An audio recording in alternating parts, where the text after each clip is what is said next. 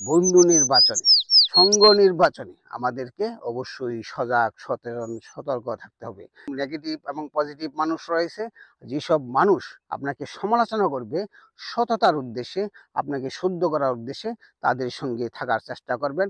অনেক মানুষ কিন্তু নেগেটিভ থাকে এবং নিরুৎসাহিত করে, এবং ফলশ্রুতিতে কিন্তু আপনার মাইন্ডসেট অনেক সময় বাধাগ্রস্ত হয় এবং বিপদগামী হয় এবং ভুল পথে চলে। ফলশ্রুতিতে আপনার জীবন কিন্তু অনেক সময় ব্যর্থতায় পরিণত হয়। একটা কথা তো বাংলায় আছেই, সৎ সঙ্গে স্বর্গবাস, অসৎ সঙ্গে সর্বনাশ। আমার ব্যক্তিগত জীবনেও অনেক ক্ষেত্রে অনেকবার আমি ব্যর্থ হয়েছি। মূল যে কারণটা ছিল, এই সৎ সঙ্গ চিনতে পারিনি। সেই কারণে শুধু আমার জীবনে না, প্রতিটি মানুষের জীবনেও আছে। সেই জন্য লাইক মাইন্ডেড পিপুল, যেসব মানুষ আপনাকে ইন্সপাইরেশন দিবে, উৎসাহ দিবে, সঠিক এবং সুন্দরভাবে গাইড করবে, নিজের এক্সপেরিয়েন্স শেয়ার করবে এবং আপনার ভালো চাবে, সেসব মানুষের সান্নিধ্যে থাকবেন।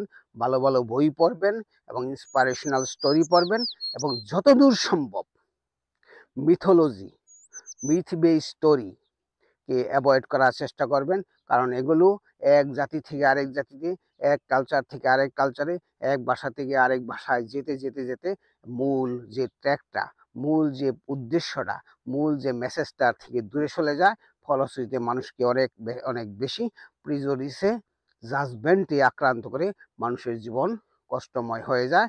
এবং যতদূর সম্ভব ফ্যাক্ট বেস, ঘটনাভিত্তিক, বাস্তব ভিত্তিক এবং তথ্যভিত্তিক জীবনযাপন করবেন, দেখবেন আপনার জীবন সুখী সুন্দর হয়ে যাবে। এই যে আমরা আমেরিকাকে দেখি, আমেরিকার জীবন কেন সুন্দর? কারণ আমেরিকা একটা মধ্যবর্তী জীবনযাপন করে। এরা খ্রিস্টিয়ান হলেও এরা মিথোলজিকে গ্রহণ করেনি, এরা স্টোরি বেস লাইফ লিড করে না, এরা ফ্যাক্ট বেস, প্রুফ বেস এবং ইনফরমেশন বেস লাইফ লিড করে। ফলশ্রুতিতে এদের ব্যবসা, এদের চিন্তা ভাবনা, এদের জীবন ধারণ সব কিছুই সুন্দর। আজ আমেরিকানরা দ্রুত, দেখছেন কিভাবে সারা দুনিয়া কন্ট্রোল করছে। মূল কারণ হলো তাদের এই মাইন্ডসেট।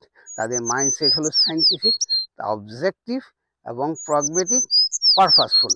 আপনি যদি পারপাসফুল, অবজেক্টিভ, ভিশনারি এবং রিয়েলিস্টিক করতে পারেন, তাহলে আপনার জীবন সুখী সুন্দর হয়ে যাবে।